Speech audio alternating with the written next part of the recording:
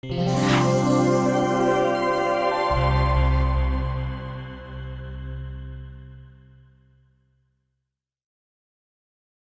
thank you, Khalid, and thank you, Ghalib, and thank you, Adnan, for the introduction. Actually, the subgroupings and the selectivity in any regional arrangement in the Middle East has started since the nation state was created in the Middle East. After the fall of the Ottoman state and the French and British colonization of certain Arab lands and MENA region lands, these nation states were formed on a basis that was not very much in line with its own demographics, with its own cultures. I will not delve much into this topic, but with the evolution of this nation state, selectivity was inherent. Since the very beginning, the Hashemites and their enemies, Saudi and Egypt, have been creating some certain regional arrangements against each other. They never tried to create any comprehensive regional system. This kept going on. The Iraq Pact, Saddam, others, Gaddafi was trying to, Jabhat al-Sumud with Tahaddi, they were known. All of this was always selective. There was no one single attempt to create any comprehensive regional security regime, or at least comprehensive regional arrangement. We don't want a regime, at least an arrangement. It was always selective. Until the chance was over. Right before the Arab Spring, there were two major axes, or two major alliances. In Arabic, we call them the axis محور المقاومة ومحور الممانعة ومحور الاعتدال. The axis of moderates, if I can translate it this way, and the axis of resistance.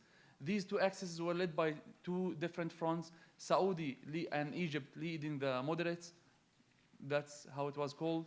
Iran and its allies were leading the other one. Turkey, after the arrival of the AK party, started getting closer to the second axis of resistance.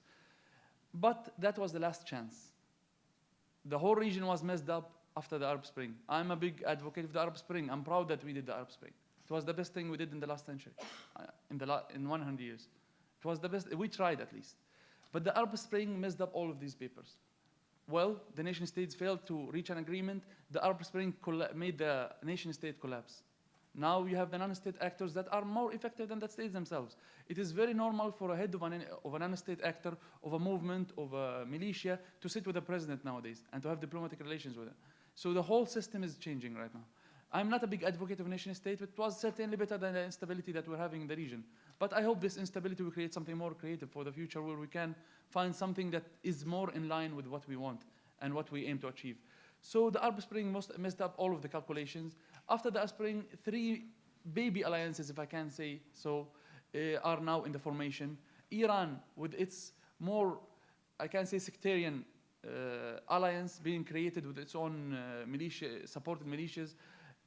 Turkey, or the pro-Arab Spring forces came together, especially with the climax of the Arab Spring when Morsi reached power in 2012. But this formation is now being changed because of many objective circumstances on the ground. The third one is the so-called counter-revolutionary or the anti-Arab Spring formation or alliance led by Saudi and UAE. Egypt, I don't think it can be called an ally. It could be some sort of a, like a second level ally for these. Egypt is more like a playing ground. These three formations, I cannot call them alliances. These three formations now are not reaching any agreement till the moment. There is a regional arrangement. Of course, there is a regional security arrangement, so clear, but it's not comprehensive. It's very selective. It is very destructive. Since the end of World War II, $12 trillion were spent on conflicts. Lost chances, lost lives, lost money, and until now, you don't have any metro station in Syria, any metro station in Jordan, any metro station in Libya, correct me if I'm wrong, one metro station or two metro stations in Tunisia, and they're really bad. In Morocco and others, you are talking about a huge loss that we created because of these conflicts. Right now, but I don't want to delve so much into this because all I have is 7 minutes, I think. So right now, what could be the way forward for the regional groupings? There are major blocks in the region, whether we like them or not. Whether we like it or not, these groupings or these countries are the basis for any agreement. Algeria, despite its passive foreign policy, but its size, its history, its capability, and its psychology as a state of course, put it always on an important front when we discuss this. Egypt, with its history, of course, there can be no way forward without Egypt, Saudi, Turkey, and Iran. If these forces, if these powers do not reach an agreement, there could be no peace in the Middle East. There could be no agreement in the Middle East. $12 more trillion could be lost in 1 decade, not in 7 decades as happened after World War II. So what could be done right now, despite it's a little bit too romantic, but that's the only way forward. De-escalating and diffusing the sources of tensions right now in the region. It might not be very fair for many. The Gulf crisis has to end as a part of the diffusion. Egypt has to be fixed. And I know that's internal, but Egypt is always is part and participant of any agreement in the region, of any way forward in the region. Algeria and Morocco need to reach an agreement. I know I was very happy with Algerian behavior supporting the bid for Morocco in the FIFA. I hope this continues. But with these two, by the way, the Grand Union or the Magharibi Union has a population of around 100 billion, has great military capabilities, has great economic chances, and it has fronts on 2 seas, the Mediterranean and the Atlantic Ocean. This great union, if it continues being ineffective and passive, it will be very destructive for any regional arrangement because there will be a negative force if they don't play a positive role. So that's the first thing, diffusing the sources of tension, particularly these 3. Because if these 3 are de-escalated, others will follow. The second point that could be done is, despite, people will not like it in this way, but it has to be done in this way. Iran has to come back to its own borders. There can be no way forward while Syria, Egypt, Yemen, and Iraq are open blood and open playing ground between these forces. Iran now is stronger, but tomorrow it's not going to be stronger perhaps. And the war will keep on, and Iran will lose. And others will lose as well, as everyone is losing. Helping Palestinians reach and achieve their own demands. I'm not saying this because I'm a Palestinian, but Palestinian issue was the first, or the conflict in Palestine was the first in the region.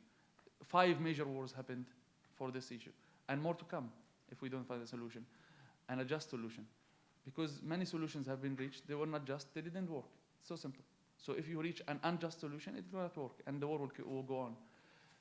The fourth one, which is a little bit, to be honest, very uncomfortable for me, but it has to happen. There has to be a reconciliation between the anti-Arab Spring forces and the Arab Spring forces. It is very uncomfortable, but it has to be on a very clear basic value, inclusivity. I don't want to talk about democracy right now, but there has to be inclusive political system in the region. Why, with the Arab Spring and the anti-Arab Spring forces clashing with each other, there can be no solution in any of these playing grounds. But if a solution is to be reached on an exclusive basis, then that's some sort of, like delaying the match for tomorrow or for the day after tomorrow. We're going to clash again if we don't find an inclusive political system where, as Brother Adnan was saying, we do not love each other, but we have to work with each other. We love peace. We don't have to love each other, but we have to love peace. We have to love creating metro stations, which is very funny.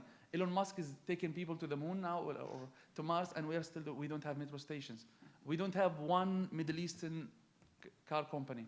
Malaysia had its own Proton, they sold it, but at least they tried something. Until now in the region, we have no one single attempt to make a car, to make an airplane, to make a military inventions, to make anything, to make space inventions. We have nothing of this. People are speaking of how to add psychology into robots, and now we're still discussing whether Sunnis and Shias can sit together and eat together and discuss together. So the current war in the Middle East, the current situation of the Middle East, besides being shameful, it's going to cost a lot for the next generations to come, as we look very negatively to our grandfathers, not parents, to our grandfathers, the older one. We look very negatively to their own experience. We're not proud of what they have done. Our kids will be looking at us the same way. So I hope we do something. Our parents did something great by the Arab Spring and by trying to change the system.